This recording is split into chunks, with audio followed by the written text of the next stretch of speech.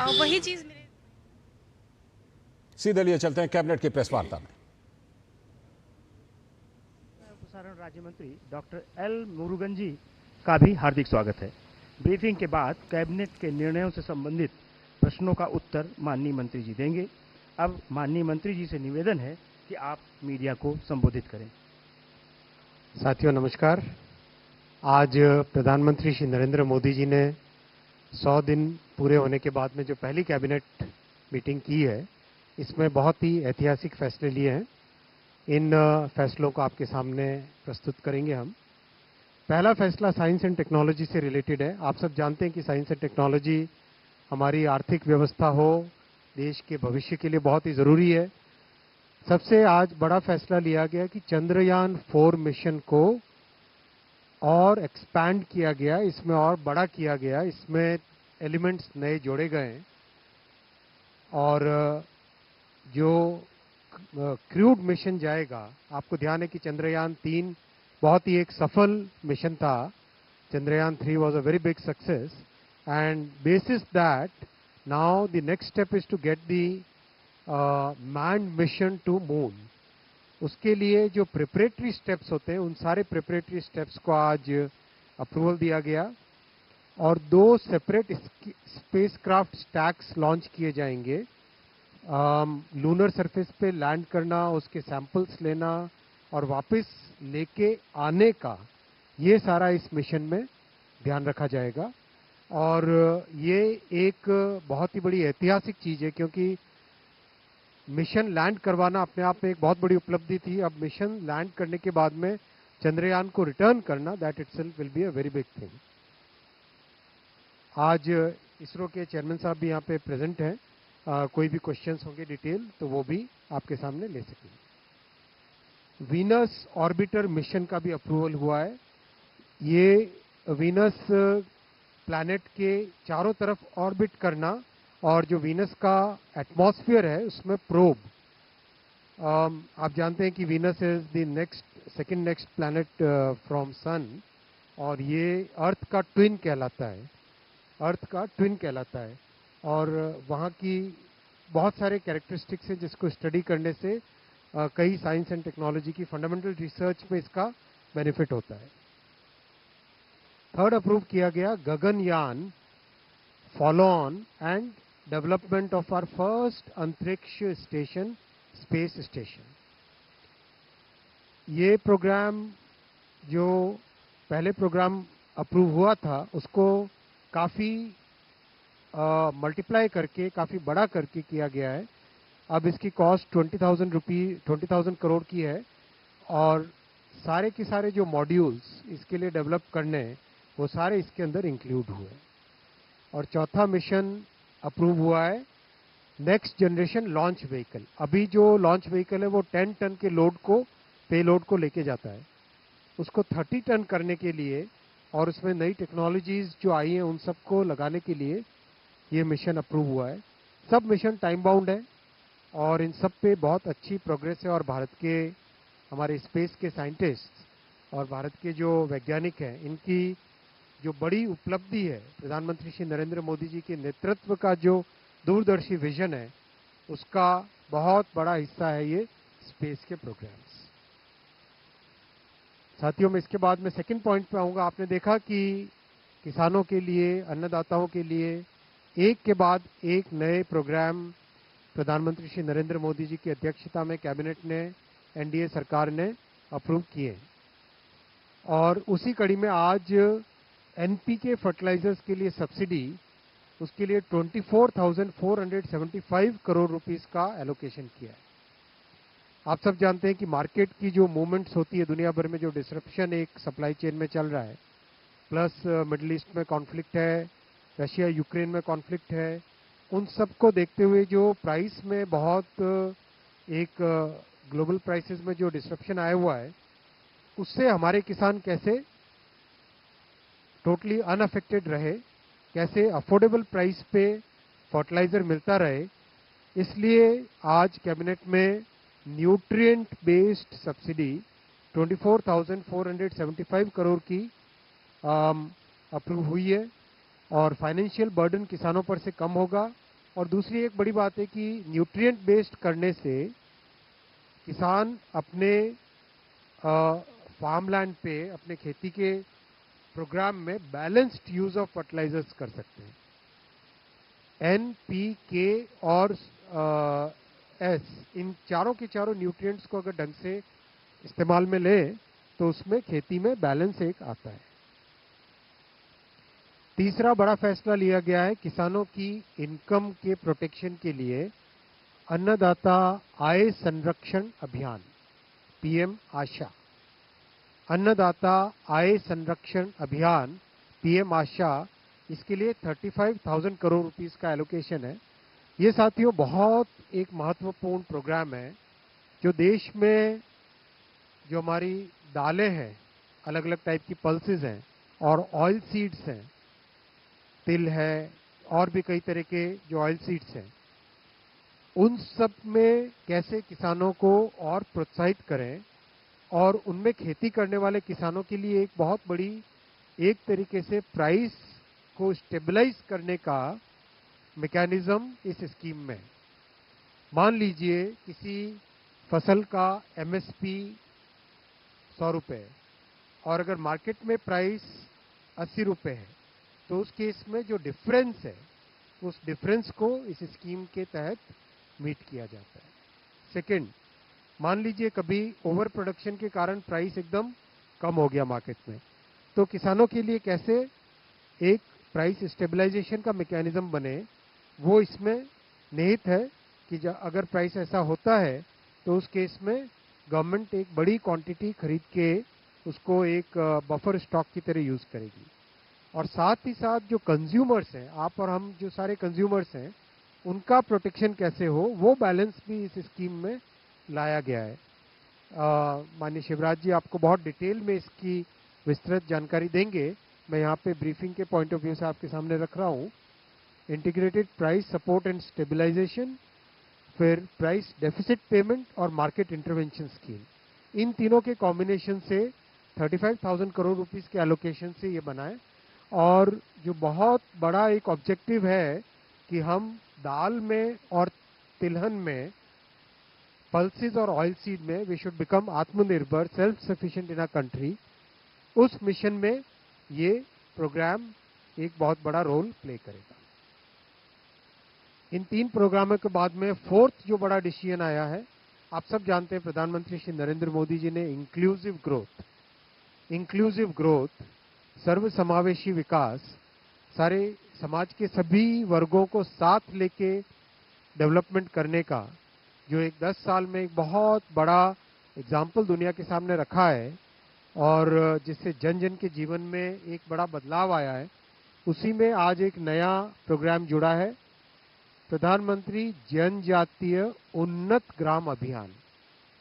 आपने कई बार ये वर्ड सुना होगा, सैचुरेशन मोड। हमारे प्रधानमंत्री जी ने सबसे पहले लाल किले से ये शब्द कहा था कि हमें समय आ गया है कि हम जो बेसिक फैसिलिटीज हैं, उन बेसिक फैसिलिटीज को सैचुरेशन मोड में लोगों के सामने लेके जाएं। यानी जो 50-60 साल तक एक सरकार का एक क्रम चलता था जिसमें किसी एक गांव में 2 घर बन गए, 3 घर बन गए, वैसा नहीं। मोदी जी का ये कहना है कि सैचुरेशन मोड हो, और इसीलिए आपने देखा टेलीकॉम में 46,000 टेलीकॉम टावर्स अप्रूव हुए थे, हर घर नल से जल में सभी का कवरेज है, आयुष्मान में 70 से ऊपर के लिए कोई इनकम क्राइटेरिया न देखते हुए सबको कवरेज है। तो ये एक अप्रोच है जो बार बार एक के बाद एक प्रोग्राम्स में दिखाई देती है, क्योंकि समाज के और देश के हर नागरिक को हमें मुख्य धारा में लाना है और डेवलपमेंट का बेनिफिट सबको मिलना चाहिए। तो इसमें 25 कंपोनेंट्स, जो हमारे आदिवासी बहुल गांव हैं, ऐसे गांव है टोटल 63,647 विलेजेस, 63,647 विलेजेस है देश भर में।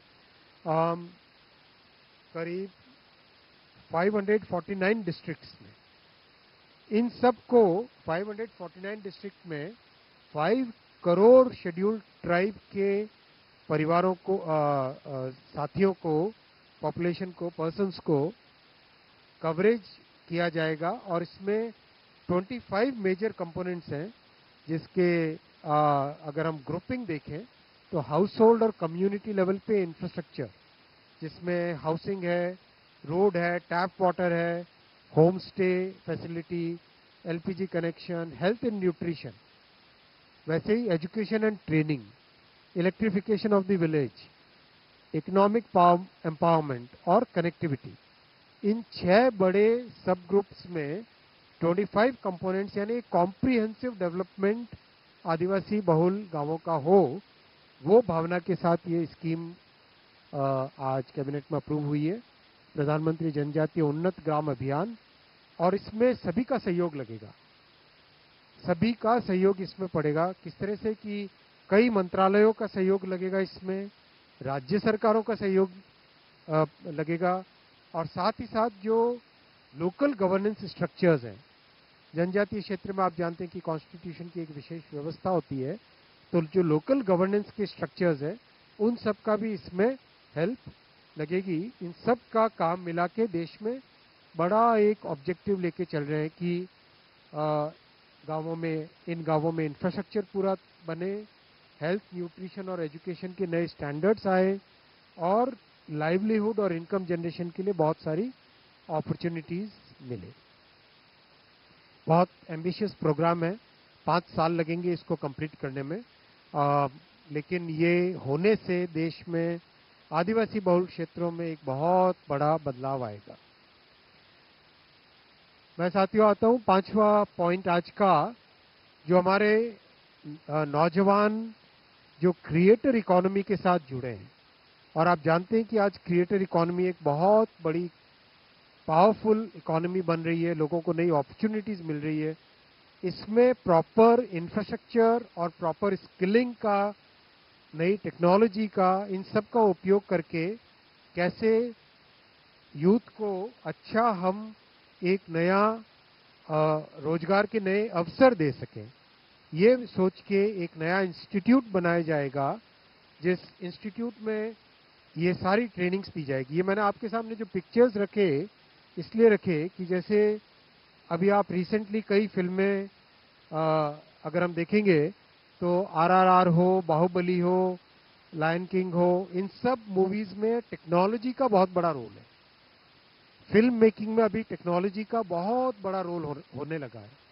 और good thing is that many of these works are done in our own centers in India, whether in Mumbai or Bangalore or Hyderabad or Chennai. Much of this work is done in the global capability centers in India. तो अगर हम इस capability को और बड़ा करें, so then it can create about 5 lakh employment. That is our estimate.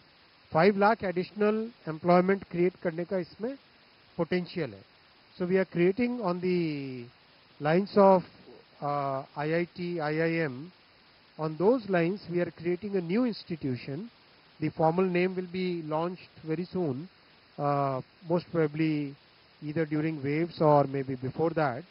But mostly इसका नाम अभी Indian Institute of Immersive Creators या Indian Institute of Digital Creators, IIIT है वैसा ही IIIC वैसा ही इसका थॉट प्रोसेस है। बहुत बड़ा इसमें थॉट प्रोसेस है कि हमारी जो कल्चरल हेरिटेज है, उस कल्चरल हेरिटेज को लेके हम कैसे एक नई क्रिएटिव प्रॉपर्टीज क्रिएट कर सकें, डेवलप कर सकें, और अपनी खुद की आईपी राइट्स हो। इस थॉट प्रोसेस के साथ और टेक्नोलॉजी में हम लोग लीडरशिप लें, रिसर्च एंड डेवलपमेंट, स्टार्टअप्स के लिए, एकेडेमिया के लिए, सब के लिए एक प्रॉपर इकोसिस्टम बने और ये इंडस्ट्री ड्रिवन हो। जैसे गतिशक्ति विश्वविद्यालय आपने देखा, पूरा प्रैक्टिकली इंडस्ट्री ड्रिवन है। इंडस्ट्री ऐसे कोर्सेज उसमें डेवलप कर रही है जिससे कि स्टूडेंट्स को एब्सोल्युटली 6th सेमेस्टर के आते आते जॉब ऑफर्स मिल जाएं, और जो स्टार्टअप्स करना चाहें उनको इंटर्नशिप और मेंटोरशिप मिल जाए। तो वैसे ही थॉट प्रोसेस इसके पीछे है, और स्टेट और एकेडेमिया और इंडस्ट्री के साथ मिलके करेंगे इसको। और इसकी और डिटेलिंग अभी आपके सामने मोस्ट प्रोबेबली वेव्स के दौरान आएगी, या हो सकता है उससे पहले आपके सामने रखे, बट ये बहुत बड़ा डेवलपमेंट है, क्योंकि ये एक टोटली नई थिंकिंग है।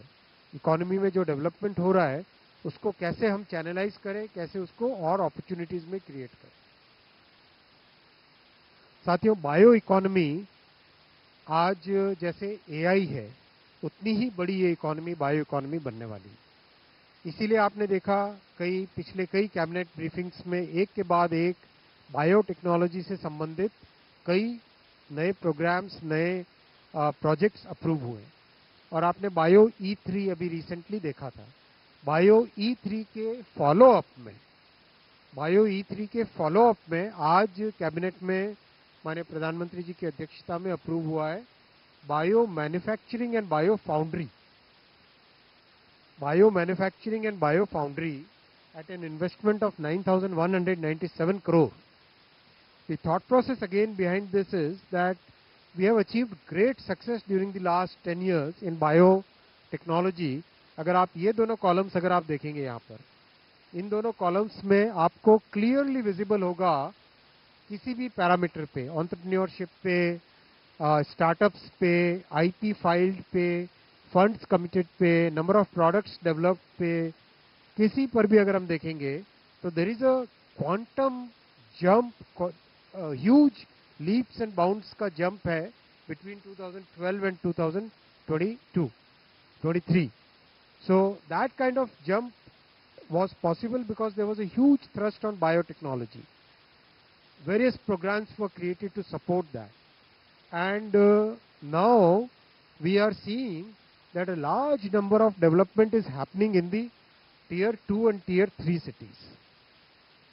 आप देखो करीब करीब tier 2 और tier 3 is today practically more than tier 1.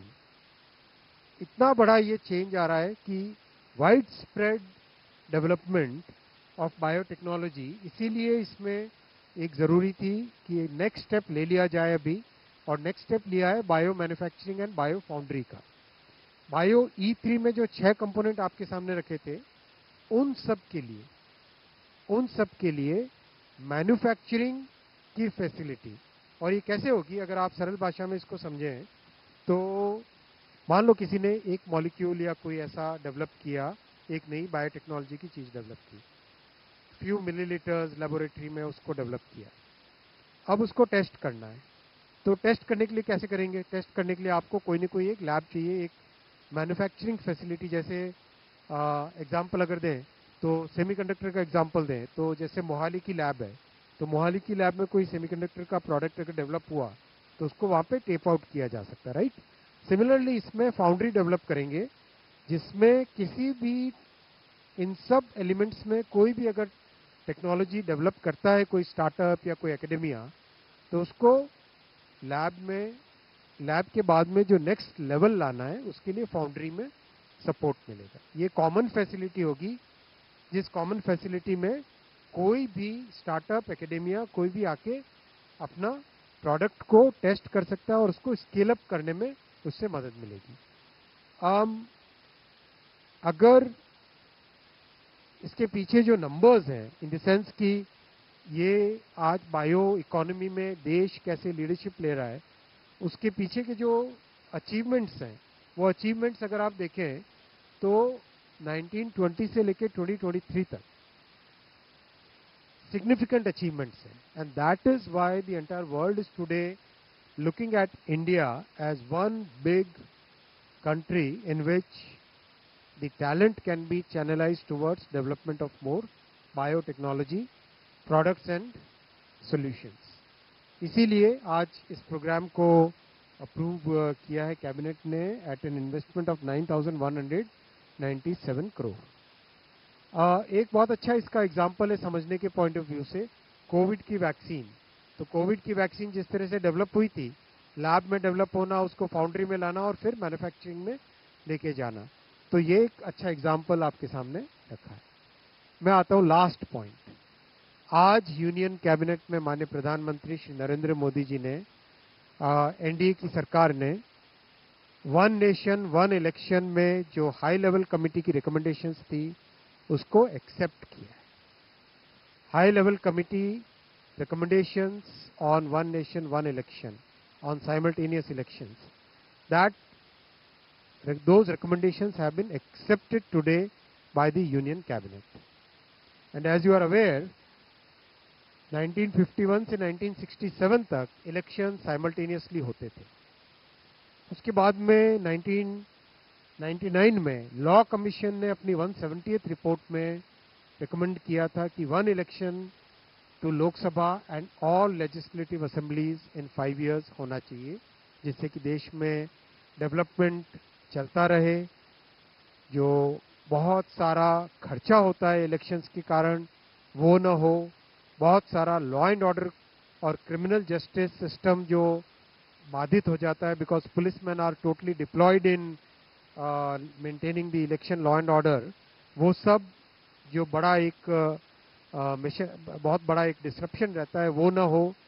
और एक तरीके से जो आज का यूथ है और आज का जो भारत है, जिसकी एक एस्पिरेशन है कि डेवलपमेंट तेजी से हो, चाहे इंफ्रास्ट्रक्चर का हो, चाहे एजुकेशन का हो, हेल्थ केयर का हो, चाहे एम्प्लॉयमेंट अपॉर्चुनिटीज़ का हो, चाहे मैन्युफैक्चरिंग का हो, उसमें इलेक्शन के प्रोसेस से बार बार जो बीच में एक तरीके से उन सब को एक स्मूथ तरीके से डेवलपमेंट चलता रहे. और इस पॉइंट ऑफ व्यू से बार बार ये रिकमेंडेशन, ये सजेशन देश में जगह जगह से अलग अलग फोरम से आया है. पार्लियामेंट्री कमेटी ने भी 2015 में अपनी 79th रिपोर्ट में कहा था गवर्नमेंट को कि suggest methods for simultaneous elections in 2 phases. इसीलिए हाई लेवल कमेटी गठित की गई थी under the chairmanship of Shri Ramnath Kovind ji, the former President of India, and that committee extensively consulted a broad spectrum of stakeholders, including political parties, judges, constitutional experts, large number of experts from various fields. इन सब के extensive consultation के बाद में एक report submit की थी. वो report आपको ऑनलाइन अवेलेबल है, ये वेबसाइट आपके सामने रखा हुआ है और आप यहाँ से ऑफिशियल वेबसाइट से डाउनलोड करना. Cyber security is more important, right? So extensive feedback से आया था कि there is a wide spread support for simultaneous elections in the country. There is a wide spread support for simultaneous elections in the country. इसीलिए NDA सरकार की cabinet ने आज सर्वसम्मति से इन रिकमेंडेशंस को एक्सेप्ट किया और इसका इम्प्लीमेंटेशन 2 phases में होगा, जैसा कि कमेटी के रिकमेंडेशंस में है. फर्स्ट फेज में लोकसभा और असेंबलीज के इलेक्शंस को साइमल्टेनियस कराने का प्रयास होगा और उसके सेकेंड फेज में लोकल बॉडी इलेक्शन से जो है ग्राम पंचायत, जिला पंचायत, ब्लॉक में पंचायत समिति और जितने भी अर्बन लोकल बॉडीज हैं, चाहे म्यूनिसिपैलिटीज़ हो, चाहे म्यूनिसिपल कमिटीज़ हो, चाहे म्यूनिसिपल कॉरपोरेशन हो, उन सब के लोकल बॉडी इलेक्शंस को with in 100 days of general elections में करवाना, जिससे कि एक बार में सारे इलेक्शन का प्रोसेस कंप्लीट हो और फिर 5 साल तक सब के सब मेहनत करके देश के निर्माण में लगे. अब इस पे जो कमेटी की रिकमेंडेशंस हैं उनको पूरे देश भर में डिस्कशन किया जाएगा वेरियस फोरम्स में. वेदर इट इज आप सबका भी स्वागत है, आप सब भी इसके डिस्कशन में हिस्सेदार बने और सभी नौजवानों को, सभी जो इंडस्ट्री बॉडीज हैं, सभी जो दूसरे जितने भी फेडरेशंस, ग्रुप्स, हर एक तरह की जो सोशल ग्रुप्स हैं, उन सब का हम आह्वान करते हैं कि आप सभी इस पॉइंट को डिटेल में डिस्कस कीजिए, साइंटिफिक वे में डिस्कस कीजिए. कैसे वन नेशन वन इलेक्शन से इकोनॉमी को फायदा होगा, कैसे लॉ एंड ऑर्डर को फायदा होगा, कैसे देश की प्रगति बढ़ेगी, कैसे देश का डेवलपमेंट बढ़ेगा, कैसे ब्लैक मनी का संचार कम होगा, कैसे कितने मल्टीपल इसके जो इम्पैक्ट्स हैं उन सब के ऊपर डिस्कशन करें और एक इम्प्लीमेंटेशन ग्रुप उसके बाद में क्रिएट किया जाएगा, जिससे जो लीगल प्रोसेसेस हैं उन प्रोसेसेस से इसको इम्प्लीमेंट करेंगे. तो साथियों, एक बहुत बड़ा फैसला, 7 बड़े फैसले आज लिए गए. ये साथ के साथ आपके सामने मैंने रखे और बहुत धन्यवाद। आप इतनी बड़ी संख्या में हमेशा कैबिनेट की ब्रीफिंग में आते हैं और इतना पेशेंटली सुनते हैं, उसके लिए धन्यवाद। Now I will open the floor for questions. 152.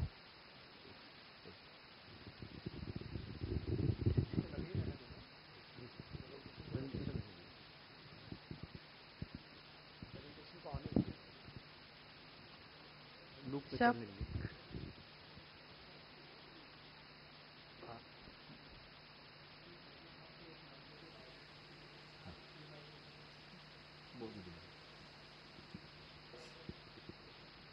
आप पूछिए। Sir, Pragya from Times Now. Sir, this is regarding one nation, one election. Obviously, you need to amend the constitution when it comes to one nation, one election.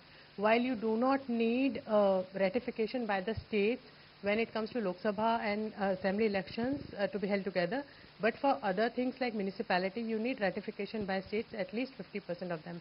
How will you conduct that, and when is the process, when do you think that this process will start? Because many parties in the opposition are saying that this is not feasible and they are opposing it. In fact, 12 of the opposition parties have opposed it. How do you plan to implement it? A large number of political parties across the political spectrum have actually supported the One Nation, One Election initiative. When they interacted with the high-level committee, they gave their inputs in a very succinct manner, with a lot of clarity. Our government believes in creating a consensus on items which affect our democracy, our nation in the long run, and this is a subject, this is a topic which really will strengthen our democracy, will strengthen the center-state relations, will make sure that our country grows at a much faster pace, will remove so many impediments which come in the growth of our country. And we have seen there is a huge emphasis among the youth for having common elections, simultaneous elections, so that the progress of the nation keeps moving on unhindered. And we have seen that kind of support from the youth, from various sections of the society. So over next a few months, we will be creating that consensus, and that's why we have very clearly requested everybody that इसमें discussion करिए, detail चर्चा करिए, और जो भी विषय आएंगे उन विषयों को एड्रेस करके आगे बढ़ें। 10 number.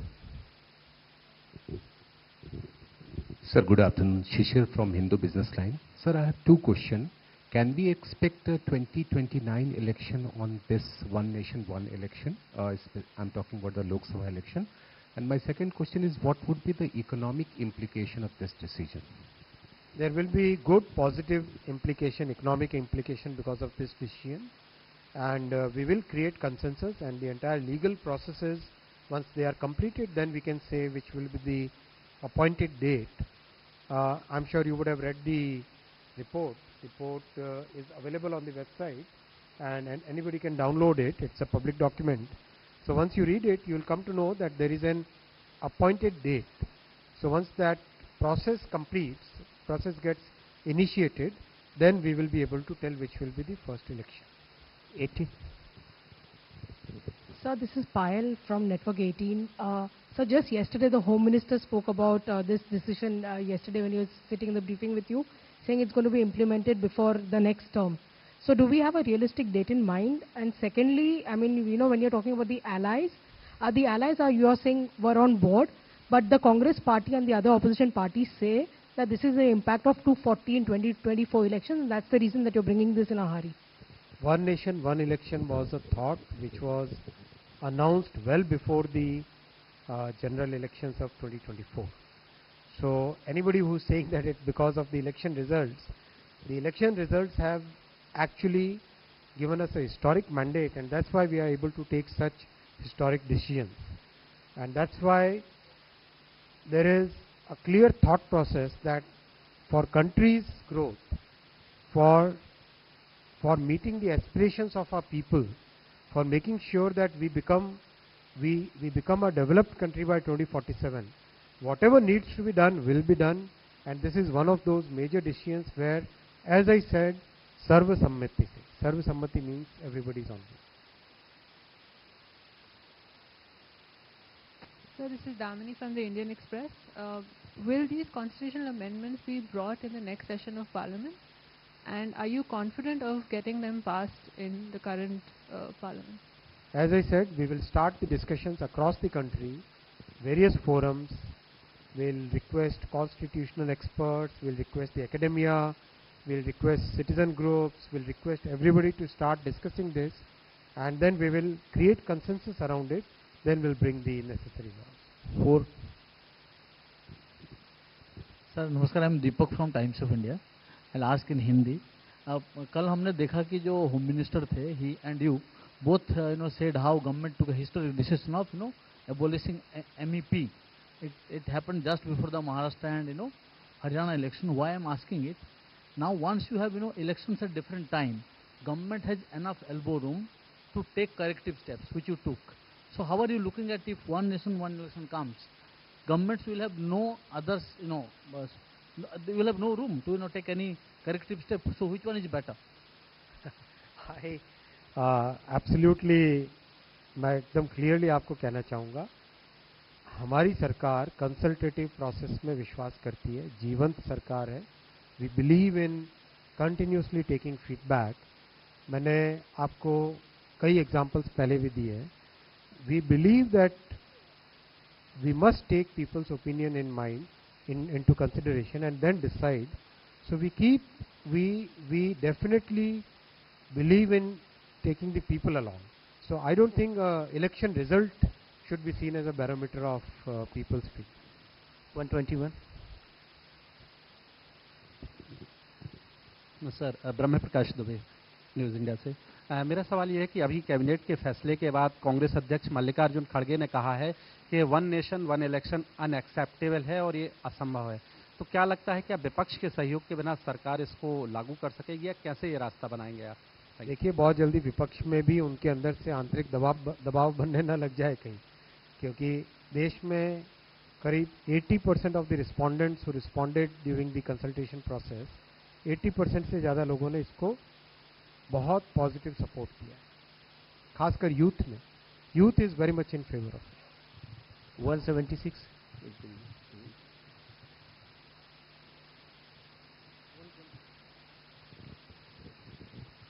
Sir Ashwini ji, one nation one election पर ही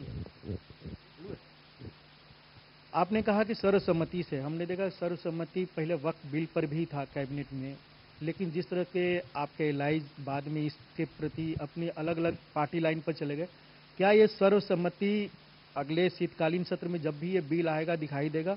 और दूसरा, आपने कहा कि हम पूरे प्रोसेस में कंसल्ट करेंगे, चर्चा करेंगे। एक बड़ी हाई लेवल कमेटी बनी जिसका फाइंडिंग आपने एक्सेप्ट किया आज ही, उसने भी लंबी चौड़ी चर्चा की थी, तो अब फिर और क्या जरूरत है? क्योंकि सभी पार्टियों ने 47 पार्टियों ने अपनी रिएक्शन दिया था, 15 छोड़कर बाकी सब ने एक्सेप्ट कर लिया था।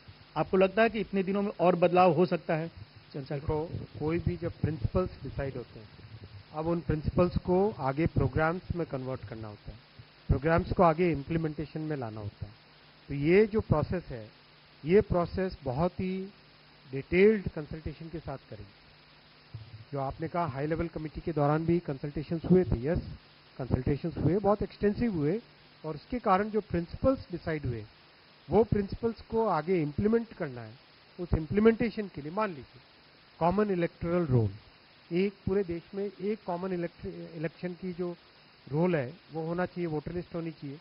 तो वो वोटर लिस्ट राज्य सरकार के सहयोग के से ही बन पाएगी।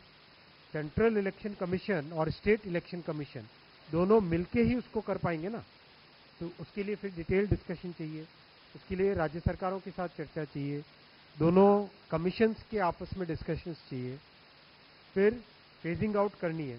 तो फेजिंग आउट किस तरह से होगी, फिर लॉ एंड ऑर्डर का जो पुलिस का डिप्लॉयमेंट फोर्स है वो देखना होगा, कितना ईवीएम्स चाहिएगा, कितना उसका कितना प्रोक्योरमेंट करना होगा, ये सारी चीज़ों में बहुत बड़ा डिस्कशन।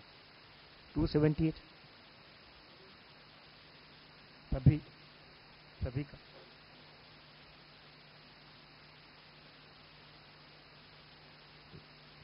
सर सागर हूँ पीटीआई से। मेरा सवाल चंद्रयान 4 मिशन के बारे में है। सो आपने कहा there are some changes in the Chandrayaan 4 mission. I would like the ISRO chairman to highlight the changes that are in the Chandrayaan 4 mission and how will it actually function. And also, do we have a specific timeline for the Bharat Antariksh Station, the first module to be operational? See, you would have seen Chandrayaan 4 mission is primarily targeted to demonstrate technology to go to moon and come back. The coming back is the highlight of it. Landing there has already been demonstrated in Chandrayaan 3. So that is what is brought in here.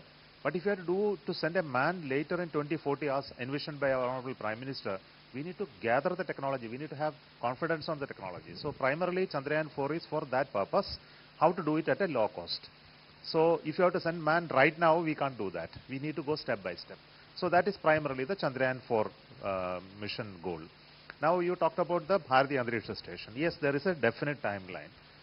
The goal given to us by Honorable Prime Minister is that we must have a full-fledged station by 2035.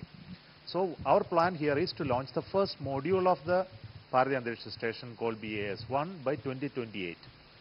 But for doing that, we have limitations of the launch vehicle capability. So what we can do with the current rocket is what we have proposed in this part of the program.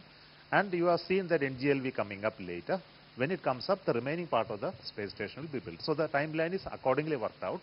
First unit will go in 2028. Remaining part will go in the process, will reach up to 2035. We'll have full-fledged station. Thank you. 211.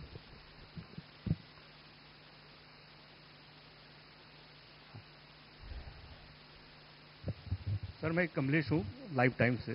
Sir मेरा सवाल है sir कब तक implement करेंगे one nation one election, और दूसरा उसके लिए कॉन्स्टिट्यूशन अमेंडमेंट करना पड़ेगा आपको, 2/3 बहुमत की जरूरत पड़ेगी, वो कहाँ से जुटाएंगे आप?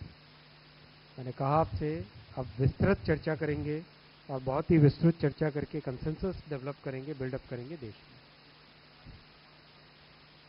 इस टर्म में लागू करेंगे, ऐसा माननीय गृह मंत्री जी ने कल आप सबके सामने कहा।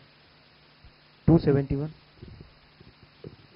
So, I am Shahid Abbas from Informis Media. My question also pertains to One Nation, One Election. Sir, I want to know about will you kindly enlighten us about the practicality aspect of this decision? Let me finish. Say, if a state assembly is elected. सुनो मेरी बात सुनो, एक काम करो आप सबके सब, प्लीज एक बार डाउनलोड करिए रिपोर्ट को और रिपोर्ट को एक बार सब पढ़िए।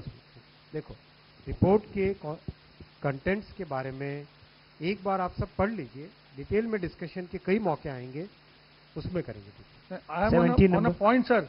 I am on a point. I want to know in case if a state government is dissolves after an election of 1 year.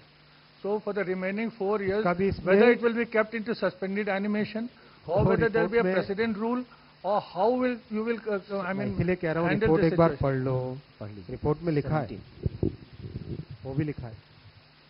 Hello sir, मैं आशुतोष हूँ, नव भारत छत्तीसगढ़ उड़ीसा से।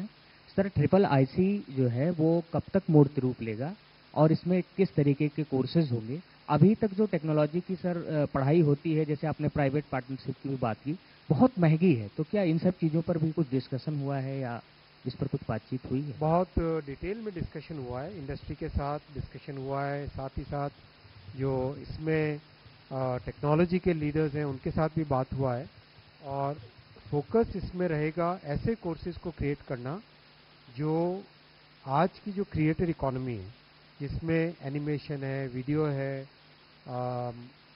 बहुत सारे जो स्पेशल इफेक्ट्स की इकोनॉमी है, मीडिया एंड एंटरटेनमेंट की दुनिया में जो टेक्नोलॉजी यूज़ होती है, उन सब पे फोकस करके कोर्सेज क्रिएट किए जाएंगे। और नेचुरली गवर्नमेंट का इनिशिएटिव है, इसलिए अफोर्डेबल प्राइस इसमें रहेगा ही रहेगा। इंडस्ट्री की तरफ से जो सपोर्ट है वो कोर्स के कंटेंट को डिसाइड करने में। मान लीजिए जैसे मैंने गतिशक्ति विश्वविद्यालय का एक एग्जाम्पल देना आपको उचित समझूंगा यहाँ पे। एयरबस 15,000 इंजीनियर्स जो एविएशन एरोनॉटिकल पे फोकस्ड हो, एयरबस ने एक कोर्स सजेस्ट किया उसके हिसाब से हमने वो कोर्स गतिशक्ति विश्वविद्यालय, जो कि ट्रांसपोर्टेशन पे फोकस्ड यूनिवर्सिटी है, उसमें लागू किया। तो इतना अच्छा एक कोर्स बन पड़ा, जिस कोर्स से Airbus will be hiring 15,000 engineers who are trained in this. तो इसमें भी, इस इंस्टीट्यूट में भी ये फोकस रहेगा कि किस तरह से जो इंडस्ट्री ओरिएंटेड कोर्सेज हैं, जैसे कि जो भी बच्चे इसमें, विशेषकर क्रिएटिव दुनिया में जाने के लिए कोई आपको बहुत ज़्यादा मैथ और साइंस पढ़ने की ज़रूरत नहीं है। क्रिएटिविटी एक अलग लेवल की चीज़ है। उस क्रिएटिविटी से संबंधित बच्चों को, कैंडिडेट्स को, स्टूडेंट्स को एक बहुत बड़ी अपॉर्चुनिटी से मिलेगी और ये आने वाले समय में बहुत बड़ा प्रीमियर इंस्टीट्यूट बनेगा। जितना IITs हैं, वैसे ही इंपॉर्टेंट ये एक इंस्टीट्यूट बनेगा। 260